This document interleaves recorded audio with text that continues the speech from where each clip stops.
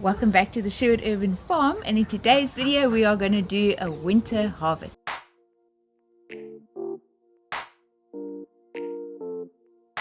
We're going to start with the peas.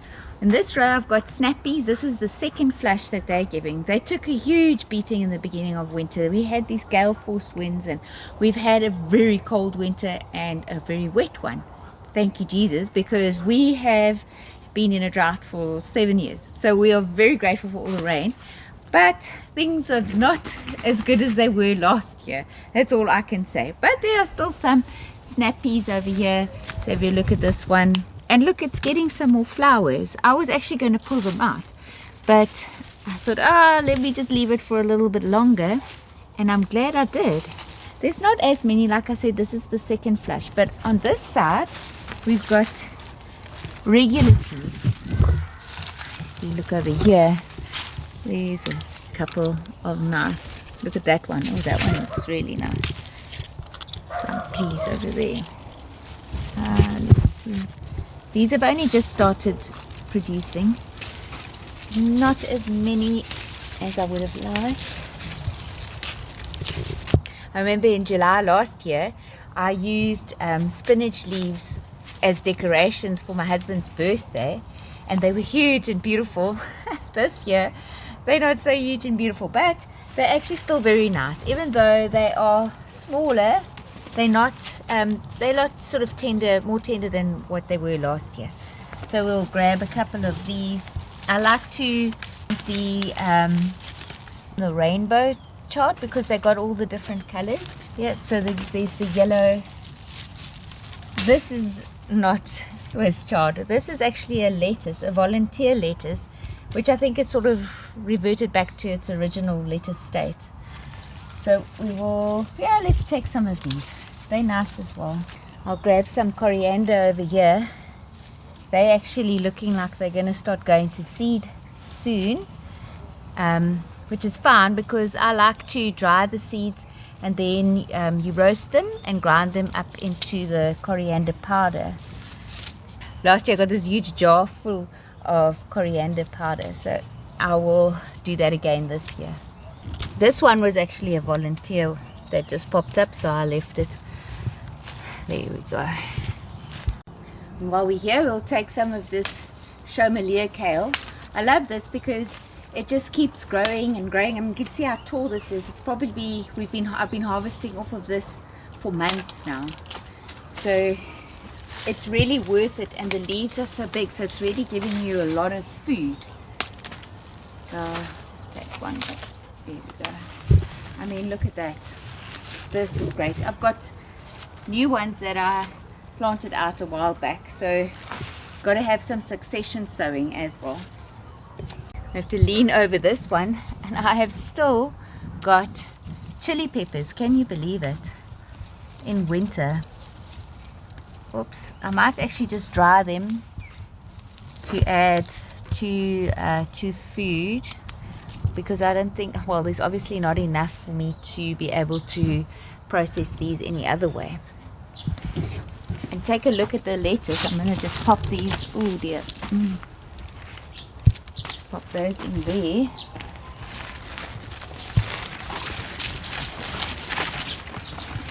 This will be the first time I'm harvesting from these lettuce plants. These were volunteers that came up on the other side of the garden. Frilly lettuce. I like this the most because they're not very bitter, and they go well on a hamburger rolls or salads or wraps.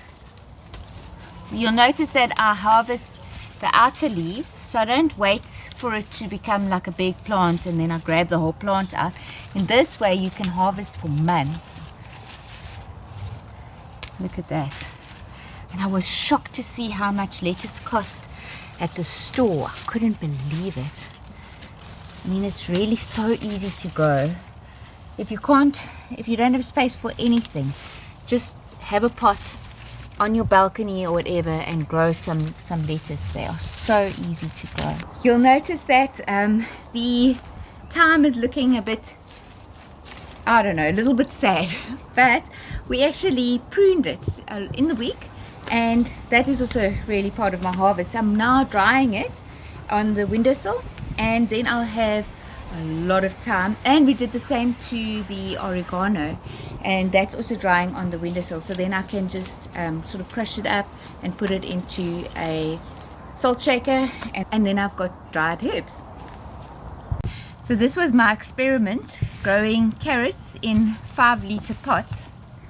I think I should have maybe not sown as many carrot seeds, but there are still some carrots coming out here. I've been like sort of harvesting of them when they're small, and then making space for them to grow a bit bigger. They're not massive, but it is winter, so you can't really expect too much. And yeah, so I mean, obviously that is a little bit too small, but let me see what else I can get out of here. Oh, there's another one.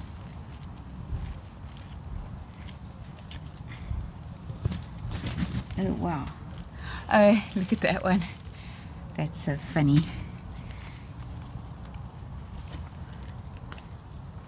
Yeah, I mean, these I ate one the other day. They're so sweet.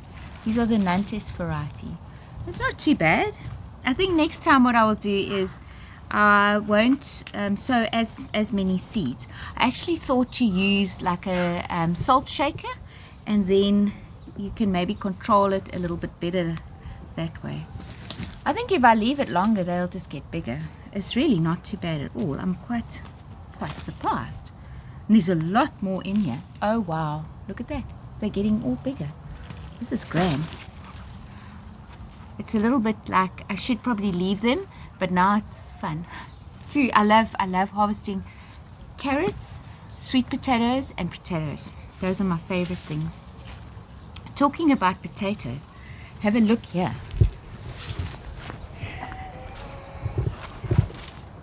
Look at these potatoes in buckets. They're looking better than potatoes in the ground that I grow. So I'm very excited about this. There's no pest pressure at this time of the year. Those nasty things, those like fake ladybirds, they aren't out at this time of the year. There's actually nothing that is bugging my potatoes. So I'm very excited for that. To my disappointment, I planted sprouting broccoli and not heading broccoli. So, I mean, it's not too bad. It's just that you're getting little sprouts all along, which is fine, I suppose. I just would prefer to have had, a proper head of broccoli, which I had on that side, and then I wanted to plant something else, and so I pulled those out. And if I had left them, I see my friends is doing that now. She's getting bigger, she's getting heads, little heads now, after the big one was taken off. But if you look here, you'll see. So this is the sprouting broccoli. So you pick out all the little florets like that. I suppose it's making a decent amount between the two of them, and then it just keeps doing it. It keeps producing these little florets.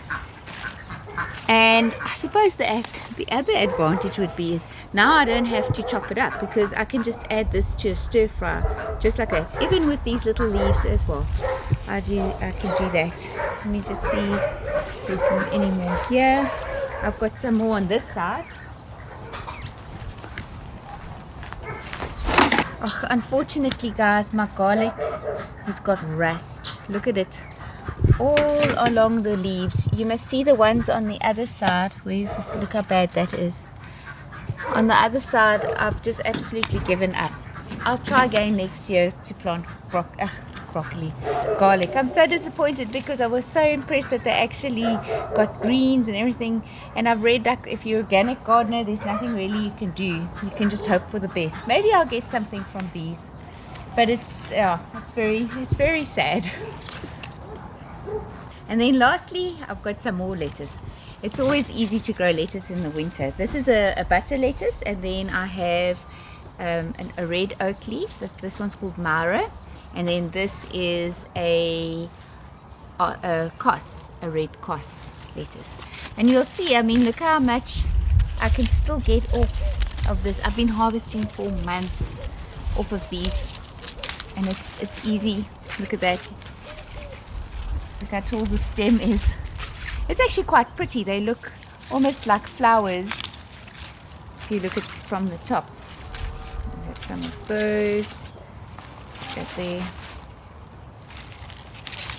I'll leave 1 or 2 of them to go to seed, because these ones are saved seed from last season. And a bit of this. There we go. Look how pretty these are. And often the red leaf lettuce is quite bitter, but no, this is lovely. This is so nice. Well, folk, thank you so much for watching. I hope you enjoyed my video, and I hope you're starting to prepare for your summer garden or spring garden if you're in the southern hemisphere. I'm very excited. We've had so much rain, so I'm hoping that this next growing season is going to be a huge success. Thank you for watching my video all the way to the end, and I hope that you have a fabulous day further, and I will see you in the next video.